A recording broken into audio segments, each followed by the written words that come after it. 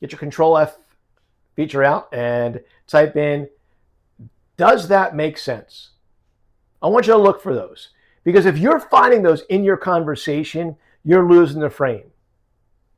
What that does in your prospect's head, what that does in your customer's brain, is it gives them a chance to just say yes or to stay silent. Mm-hmm. Does that make sense? Mm-hmm. And then you're doing it because you want either validation on what you said makes sense. You want them to feel that it's a safety thing and you're letting them get away with it. It also becomes a safety thing for you because that's a place where you actually go to. Does that make sense? They go, mm-hmm. You go, okay, cool. And you move on to your conversation. Does that make sense? Yeah, absolutely. Okay, cool. You move on. What you're not doing is you're not flipping it back to them and creating the vacuum in their head where they actually have force now to give you a response. And let me give you an example. Does that make sense? And they go, yeah, sure, absolutely. Okay. What part of it made most sense to you? Then I'll give you 3. What part of that made the most sense to you? Or number 2, how did that connect the most with you? How did that connect the most with you? And number 3, what about that made sense was most important? Or what about that made sense really, really struck a nerve? You have to ask that question, any one of those questions. Hell, throw it in the eye, you'll get another 50, right? When you get the answer, here's the key. What about that made sense to you, Eddie? Well, you know what? It was really, it showed me where I was missing things in my previous conversations. Okay.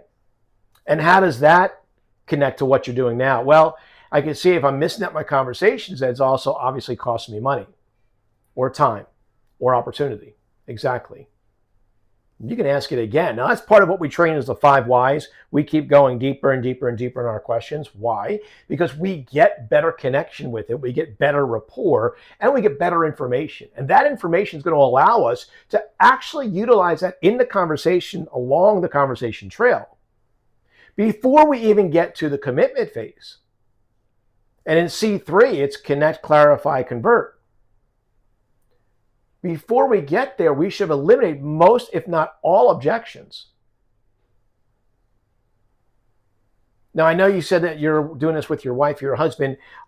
You said that they're not here, obviously, but they're a part of the decision. We talked about this earlier. How do you think that would make the most sense to them? How do you feel they would connect to it like you did? How do you feel that they would see the value in it like you do, like you said you did earlier? You notice the first question I asked was, how does that make the most sense to them? Does that make sense? So you want to get to that point where you're not asking that phrase as often as you are, because it doesn't really do anything. If you're not going deeper into conversation, it's a wasted question. And every question, you should think of that as you go through your conversation. That's why your script is just an outline, because you are going to go off script more than you should. That's okay, because every prospect is different. Everything you're talking about means something different to the prospect than it does to the last one, but you only had that one script. That's why your script should be an outline of what you're looking for in information and why. How does it connect back to what you or your program does for them? Why would this program be the best opportunity for them? Why would working with you be the best opportunity for them? And this works in B2B or B2C. Why are they on this call in the first place? What are they really trying to get out of it? Because if they showed up on a booked call, that's a cry for help in some way, shape, or form. And you should treat it as such. That's why your close rate should be above 40%. The money you can always work out. Yeah, I know. There's always anomalies. Always something. But we've all had those deals and we all had those opportunities where we really work with them to find that money. So I don't want to go off on that tangent about finding the money. It's because that's another whole other video.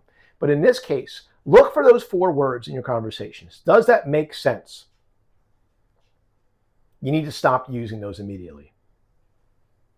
Because if you don't, you'll never know why it made sense or didn't make sense to them, because you never really got an answer beyond mm-hmm and oh yeah. Try it.